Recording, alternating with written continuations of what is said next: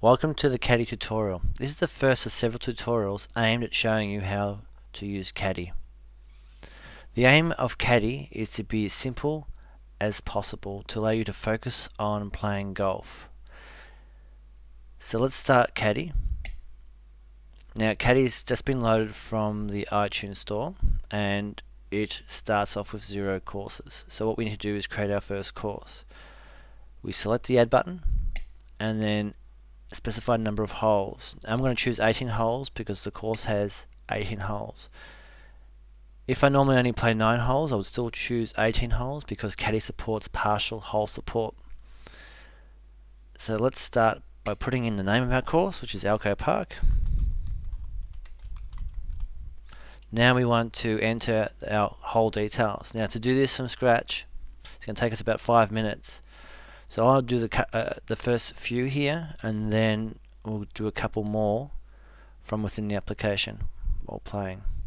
So let's specify hole 1. Now it's a par 4 and it's 303 meters.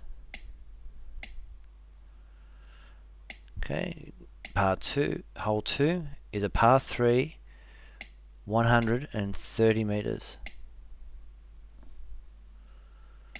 Par 3, hole 3 is a par 4, 389 meters.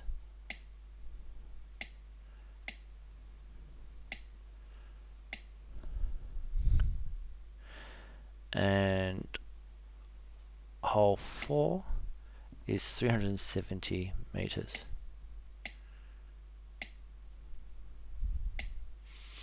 Okay, so we won't continue at this point, we'll just save our course. Our course is now listed here, so we click our course that we want to create, and it now creates our first scorecard for us. Okay, so we can view all the scorecards which we have by clicking on courses. It'll give us a list of all our courses we have here. If we click on Alco Park, it'll show us all the scorecards we have. So we click on the scorecard, and now it shows us the scorecard details. So let's go back a couple. Okay. Now if we click on this disclosure symbol, it'll take us to the hole editor. So at this point we could add in, for example, hole 5's details. So hole 5 is a par 4 3, 23. Okay, save that and move on. So let's go back to play. Now we can go back and forward, and it'll always stay on the current scorecard that we're playing. If you want a new scorecard, we have to hit the plus button. So we won't do that, we'll just start playing. So let's have a look at this card. So the card features the name of the course at the top. We have which hole we're on, and we have the current strokes for that hole. We have an add button and a drop button for adding a stroke and dropping a stroke. If we hit the information button, we get our current scorecard. Okay, if we swipe from left to right or right to left, we then get the back of the scorecard, back of the card, playing card, and it shows us the hole details. So we have hole 1, its distance, which is 303 meters, and its parage. Okay, if we click on edit, we can now edit the hole details. Okay, I won't do that, I'll just hit cancel. We also have some statistics about the hole. Since we haven't played yet, we have 0 times we've played this hole. We have no best score, no worst score, and no average at this point. Okay, again, if we hit plus here, it'll create a new scorecard for us, which we don't want to do. Hit the I, it'll show us our scorecard, current scorecard. So let's flip back across, add 4 strokes. Now ideally what we would do, you hit the ball and then you hit the add button. Okay, so what that does is takes away the need to have to remember how many strokes you've made, and allows you to focus on actually making the best shot you can do. So to go to the next hole, you would just swipe up. If you want to go to the previous hole, swipe down. So let's swipe up. Okay, add 4 shots to this hole. We didn't go so well. It's a par 3. Just to recap, it's a par 3 hole. Notice now our count is 1 for this hole. Our best is 4, our worst is 4, and our average is 4. So if you look at the scorecard, we're 1 over, so our net is currently 1 over. So click on done, swipe back. Okay, go on to the next hole. Okay, let's par at this hole. If you accidentally double tap, the drop is available for you to remove the previous strokes. Move on. Okay, so we're on to hole 4.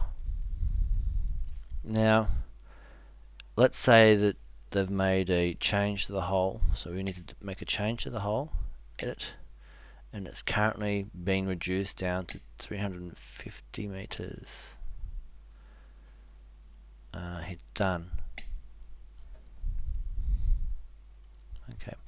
Now, if you're playing overseas, or playing in an area which is in a different unit of measure than what you're used to playing, then if we change this from meters to yards, 350 yards, look at here, it says it's 320 meters. What's happened is Caddy has converted the yards to your preferred unit of measure, which is meters, and it does that by working out what the locale is for your iPhone and converting it to your preferred location format.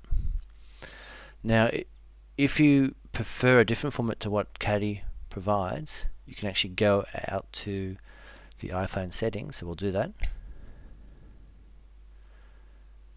Click on iPhone settings, select Caddy, and then we change our unit of measure to yards. Okay, select out, go into Caddy, flip the hole over, and now everything is in yards, 349 yards. Okay, if you go to the previous hole, 425 yards. So everything is now in yards.